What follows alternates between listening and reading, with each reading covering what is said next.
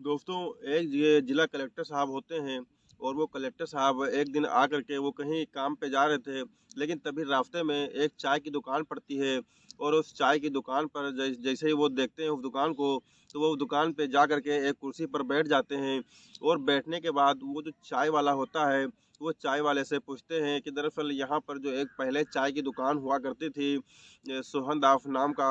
एक आदमी होते हैं, उनकी चाय की दुकान हुआ करती थी, तो वो अब कहाँ हैं? तभी दोस्तों वो जो चाय वाला होता है वो कहता है कि दरअसल आज से 4 साल पहले वो मुझको ये दुकान बेच कर के यहाँ से चले गए थे और जब वो गए थे तो थोड़ा परेशान से लग रहे थे और बहुत ही सस्ते रेटों में उन्होंने ये दुकान अपनी हमको हमारे हाथ बेच दी थी।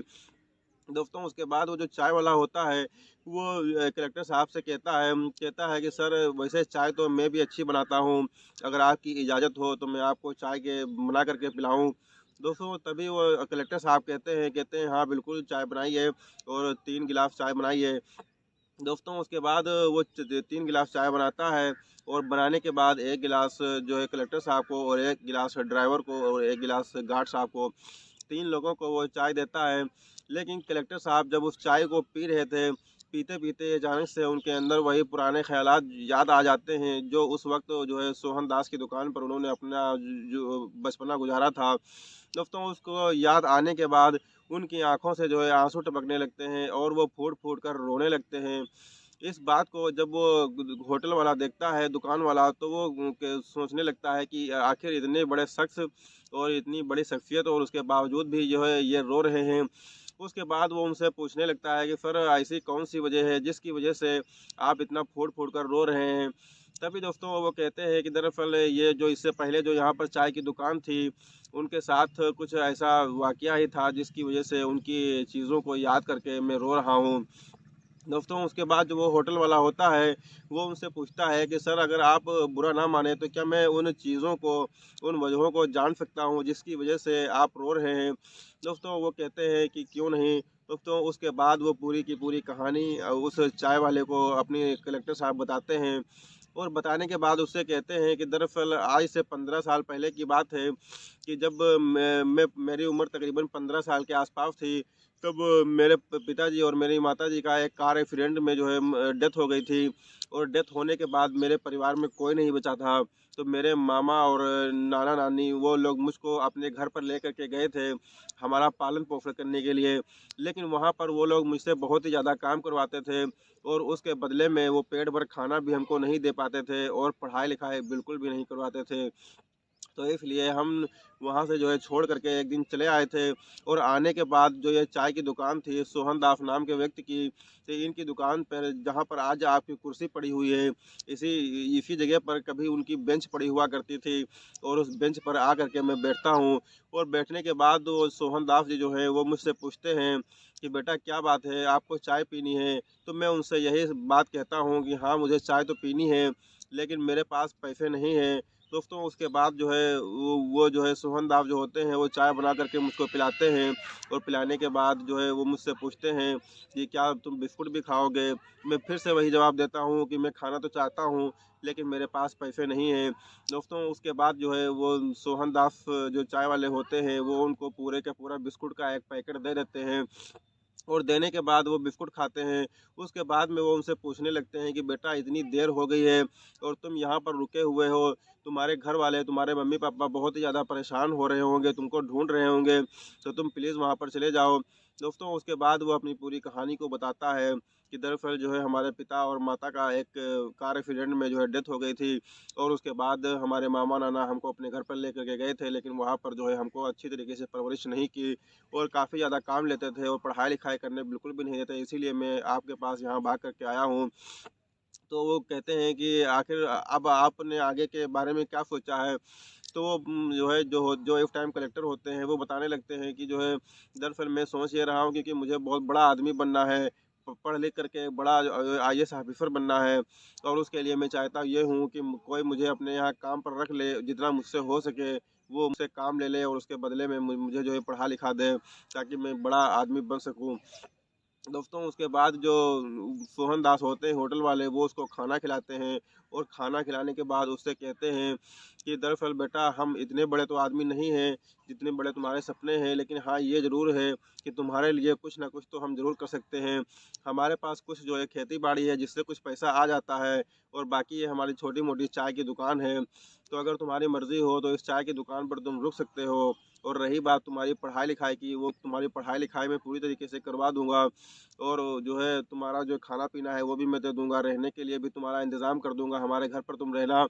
किसी भी प्रकार की तुमको कोई दिक्कत नहीं होगी, और थोड़ा बहुत हल्का-फुल्का काम कर दिया करना, जो भी हो तुमसे हो सके।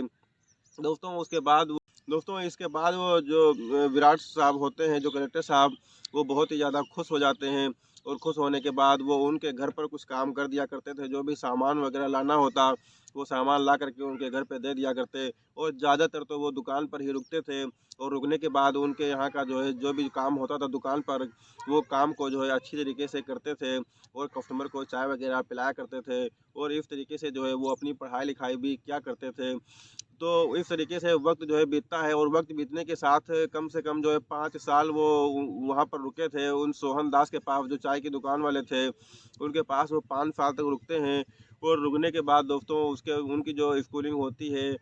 वो सारी स्कूलिंग जो है पूरी हो जाती है, और उसके बाद वो उच्च शिक्षा के लिए एक दिल्ली के बहुत ही अच्छे कोचिंग संस्थान में जाना चाहते थे। उसके बाद वो अपने जिसको पिताजी कहते थे सोहन दास को, तो उनसे कहते हैं कि दरअसल अब हमारे यहाँ की स्कूलिंग जो है वो समाप्त हो चुकी है, और मुझे उच्च शिक्षा के लिए यानी कि जो आईएएस की कोचिंग है उसके लिए मुझे दिल्ली जाना पड़ेगा। दोस्तों उसके बाद वो कहते हैं कि आप बिल्कुल भी परेशान मत होइए, और मैं उसका भी इंतज़ाम कर दूंगा। उसके बाद वो उनको कुछ पैसे दे देते हैं, और कहते हैं कि आप जो है वहाँ पर कोचिंग करने के लिए चले जाइए, और वो कहते हैं कि अगर तुमको कभी भी पैसों की कोई भी दिक्कत परेशानी लगे तो एक बार ज़रूर तुम मुझे खत लिख दिया करना, और मैं तुमको पैसों जो है वहाँ पर भेज दिया करूँगा। दोस्तों उसके बाद वो जो विराट सर होते हैं वो जाते हैं वहाँ पर, और जाने के बाद अपनी जो है आईएएस की कोचिंग करने लगते हैं, और बहुत ही जी तोड़ मेहनत करके वो उस जो है परीक्षा को जो है, एक दिन ऐसा आता है कि उस परीक्षा को वो निकाल लेते हैं, और निकालने के बाद वो जो है कलेक्टर बन जाते हैं। और कलेक्टर बनने के बाद दोस्तों उनकी ट्रेनिंग होती है, और ट्रेनिंग होने के बाद वो एक जगह पर पोस्टेड हो जाते हैं। दोस्तों इस दौरान वो पूरी तरीके से जो है उन होटल वाले को, जो सोहन दास होते हैं, उनको पूरी तरीके से वो भूल चुके थे। यानी कि वो पढ़ाई लिखाई में इतना ज़्यादा मगन हो गए थे कि उनको किसी चीज़ की याद ही नहीं रही। उसके बाद जब वो उनकी वहाँ पर पोस्टिंग हो जाती है, पोस्टिंग होने के बाद एक दिन ऐसा होता है कि वो एक रास्ते से गुजर रहे थे, कहीं पर जा रहे थे, तभी अचानक से वो वही चाय की दुकान जिस पर वो काम करते थे सोहन दास की, वहाँ वो उनको दिखाई देती है, और दिखाई देने के बाद वो उस चाय की दुकान पर जाते हैं, और जाने के बाद उसी कुर्सी पर बैठ जाते हैं, और बैठने के बाद फिर वही सिलसिला जो है स्टार्ट होता है, और उससे सारी बातें पूछते हैं। और जब वो बताते हैं कि आज से 4 साल पहले वो जो है थोड़ा उनकी तबीयत ख़राब थी, इसलिए उन्होंने बहुत ही सस्ते दामों में दुकान बेच करके हमसे चले गए थे, और कुछ मायूस से लग रहे थे,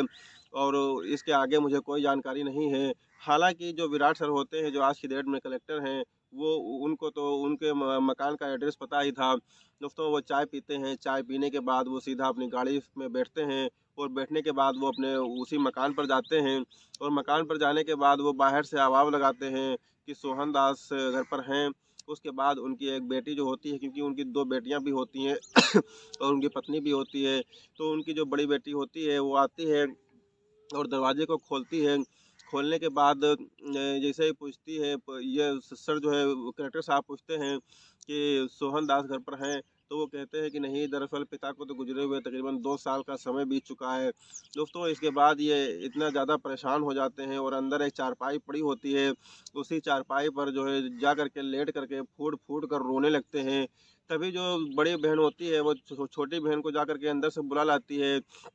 और वो जब उनको देखती है तो कहीं न कहीं शायद उसको इस बात का एहसास हो जाता है कि शायद ये हमारे भाई ही हैं, विराट। दोस्तों क्योंकि जब उस टाइम उन्होंने अपनी दुकान को बेचा था सोहन दास ने, और उनकी तबीयत बहुत ज़्यादा ख़राब थी, तो उन्होंने अपनी बेटियों से और अपनी जो है बीवी से ये चीज़ बता कर के रखी थी कि एक दिन तुम्हारा भाई, जो बहुत बड़ा आदमी बनने के लिए बाहर गया हुआ है, एक दिन जब वो कलेक्टर बन कर के आएगा, तो तुम लोगों से वो मुलाकात ज़रूर करेगा। इसलिए उन्होंने अपने साथ की एक फ़ोटो जो है वहाँ पर घर पर रखी हुई थी, और उसके बाद जब वो इस दुनिया से गुजर गए, जब आज वो आए हुए थे विराट सर कलेक्टर साहब, तो जो है उनके सामने वो तस्वीर ले छोटी वाली बहन जो होती है वो लेकर के आती है, और आने के बाद कभी तस्वीर की तरफ देखती तो कभी सर की तरफ देखती, और इस तरीके से जब उनका मिलान हो जाता है तो उनसे पूछते हैं, वो छोटी वाली बहन पूछती है अपने भाई से, कहती है कि आप विराट सर हैं? तो वो कहते हैं कि हाँ। उसके बाद वो दोनों बहनें जो है लिपट करके अपने भाई के साथ में रोने लगती हैं। दोस्तों तभी जो है रोने की आवाज़ें सुन करके जो उनकी माँ होती हैं, जो दूध लगा रही होती हैं,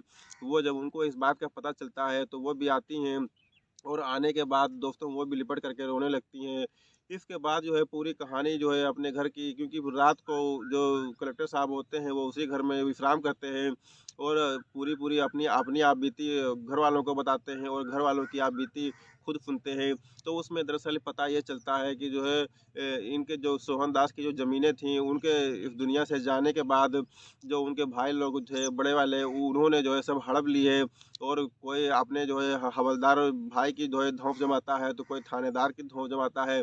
इस तरीके से जो है पूरी की पूरी ज़मीनें हड़प ली गई हैं। दोस्तों उसके बाद वो कलेक्टर साहब कहते हैं कि दरअसल अब तुम लोगों को किसी भी तरह की कोई परेशानी नहीं होगी, क्योंकि अब मैं कलेक्टर बन कर के आया हूँ। तो वो कहते हैं कि बेटा तू हवलदार बन गया है क्या? तो कहें हवलदार नहीं, दरअसल उससे भी बड़ा पद होता है। तो वो कहते हैं कि तू थानेदार बन गया है। तो कहते हैं कि वो कहते हैं नहीं माँ, दरअसल इससे भी मैं बड़ा अधिकारी हूँ। उसके बाद वो कहती हैं कि तू एसपी बन गया है क्या? तो वो कहती है नहीं नहीं माँ, दरअसल मैं उससे भी बड़ा अधिकारी हूँ। तभी वो कहते हैं कि मैं दरअसल कलेक्टर हूँ इस ज़िले का। दोस्तों उसके बाद वो बहुत ज़्यादा खुश होती हैं, और उनसे कहते हैं कि किसी भी प्रकार की अब आपको कोई परेशानी नहीं होगी, और जिन्होंने आपकी ज़मीन को हड़पा है वो अब आप वापस आकर के आपको दे देंगी। दोस्तों उसके बाद जो है वो ज़मीनें वापस मिल जाती हैं उनको। अब चूँकि जो उनकी 2 लड़कियाँ थी वो भी कहीं न कहीं बड़ी हो गई थी, तो एक दिन वो अपनी माँ से जो है इस बारे में बात करते हैं, और कहते हैं कि क्यों ना अब दोनों बहनों की शादी कर दी जाए। तो माँ भी इस बात के लिए एग्री हो जाती हैं, और एग्री होने के बाद 2 जो है ऑफ़िसर लड़के जो है होते हैं, उनको जो है देख करके उनकी रज़ामंदी से और दोनों की पसंदगी से उन दोनों की बहुत ही धूमधाम से शादी कर दी जाती है। अब उसके बाद जो है उनकी माँ केवल अकेली घर में बचती हैं, और वो भी अक्सर बीमार रहा करती थीं। तो एक दिन वो अपने बेटे से विराट से कहती हैं कि बेटा मेरी ख़्वाहिश ये है कि मेरे ही सामने तू अपनी भी शादी कर ले। तो दोस्तों उसके बाद वो कलेक्टर साहब कहते हैं कि जैसी माँ तेरी मर्ज़ी हो। उसके बाद वो एक लड़की ढूँढती हैं, बहुत ही गरीब होती है लेकिन अच्छे संस्कारों से भरी होती है।